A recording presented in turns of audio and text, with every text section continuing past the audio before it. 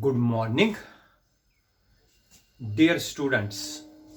आज का टॉपिक है orbital velocity and expression for orbital velocity. ठीक है बेटा, इधर देख लीजिए। इससे पहले हमने क्वेश्चन पढ़ा था एस्केप वेलोसिटी।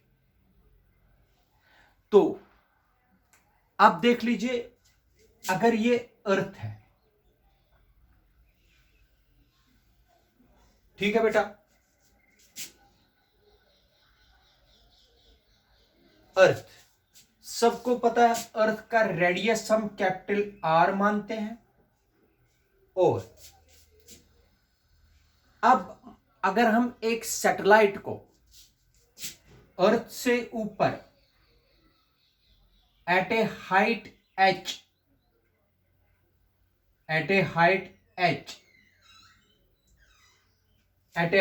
h पर भेज दिया, तो यहां पर जो ये सैटेलाइट है, it starts revolving around the earth in its orbit.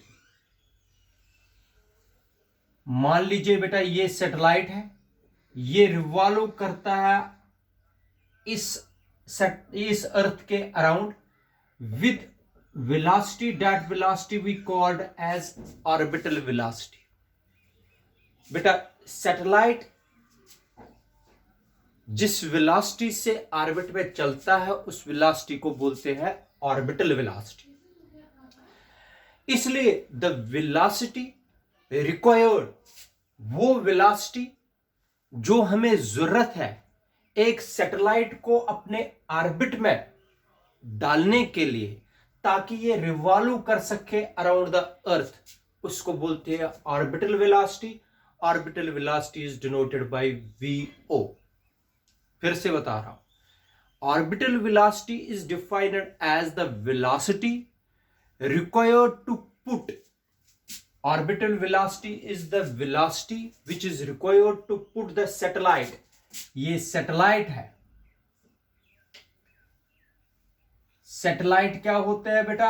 ये ऐसी हेवनली बॉडी होती है जो रिवॉल्व करती है अराउंड द अर्थ। तो the velocity with which a satellite is put in its orbit so that it starts revolving around the earth is called orbital velocity. Orbital velocity is denoted by v naught। ठीक है, याद रखा बेटा। वो velocity, जो velocity जरूरत है हमें एक सैटेलाइट को ऑर्बिट में डालने के लिए ताकि वो रिवॉल्व कर सके अराउंड द अर्थ, उसको बोलते हैं orbital velocity. Orbital velocity denote की जाती है v नॉट से। अब हम एक्सप्रेशन डालेंगे, एक्सप्रेशन निकालेंगे ऑर्बिटल वेलोसिटी के लिए। बिल्कुल आसान है बेटा, इधर देख लीजिए। अगर सैटेलाइट का मास है m, ठीक है, यहां से यहां तक है r, सरफेस ऑफ अर्थ से यहां तक है height h, total distance from the centre of earth is r plus h। ठीक है, r प्लस h है total distance from the centre of earth up to satellite. Clear है बेटा? अब अर्थ का मास कैपिटल m है, satellite का mass small m है। दो बॉडीज जिनका मास है, इनके बीच में होता है Newton universal law of gravitation. Force between earth and satellite is given by, force between, according to Newton universal law of gravitation, force between earth and satellite is given by g capital M small m upon, यहां से यहां तक distance कितनी है? r plus h का whole square. This is equation number first. क्योंकि आपको पता है हमने सैटेलाइट को at a height h above the surface of earth इसको रिवॉल्व करा रहे हैं। ठीक है, एस्केप वेलोसिटी से हमने इसको ग्रेविटेशनल फील्ड ऑफ अर्थ के बाहर कर दिया था. Now it starts revolving around the earth at A distance r plus H from the centre of earth. Clear है? शाबाश बेटा. ये हो गया force of attraction between earth and satellite. Now ये पता है आप लोगों को, जो भी सर्कुलर ऑर्बिट में बॉडी चलती है, कोई भी बॉडी जो सर्कुलर ऑर्बिट में चलती रहती है, उस पर होता है सेंट्रीपिटल फोर्स. उस पर होता है centripetal force. Any body which is revolving around a circular orbit possesses necessary centripetal force. That force is given by F is equal to, याद रखना बेटा, m v square upon r. Necessary centripetal force. r कितना है यहां? r plus h. लेकिन किस velocity से घूमता है ये बेटा? ऑर्बिटल वेलोसिटी से. इसलिए यहां पर v नॉट, क्योंकि नेसेसरी सेंट्रीपिटल फोर्स की definition m v square upon r, ये पढ़ा है हमने लॉज ऑफ मोशन में. ठीक, तो this is equation number second. मैं आपको फिर से याद दिलाता हूं बेटा, इस सैटेलाइट पर दो फोर्सेस है.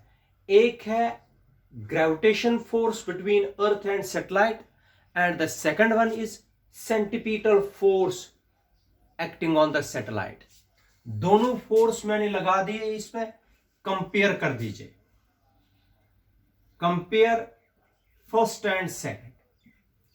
ठीक, बता दीजिए. शाबाश. m v नॉट का square upon r plus h is equal to g m upon r plus h का होल स्क्वायर. ये और ये कैंसल, m और m कैंसल. v नॉट का square is equal to G m upon r plus h. ठीक है बेटा, याद रखा. तो v नॉट किसके बराबर आएगा बेटा? Root of G m upon r plus h. ये रिलेशन आप लोगों को नोट रखनी है. This is equation number third. Clear है बेटा? आप इधर देख लीजिए. वी नो जी होता है बेटा g capital M upon r square. ये रिलेशन आप लोगों ने पढ़ी है. तो gm is equal to gr square.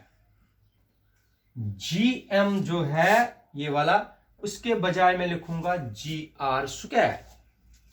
v not क्या बनेगा बेटा? रूट ऑफ gm के बजाय लिखूंगा gr square upon r plus h. ठीक है बेटा, this is equation number fourth. समझ आया यहां तक? This is equation number fourth. अब अगर ये सैटेलाइट, यहां तक मुझे मिटाना पड़ेगा. इधर देख लीजिए बेटा,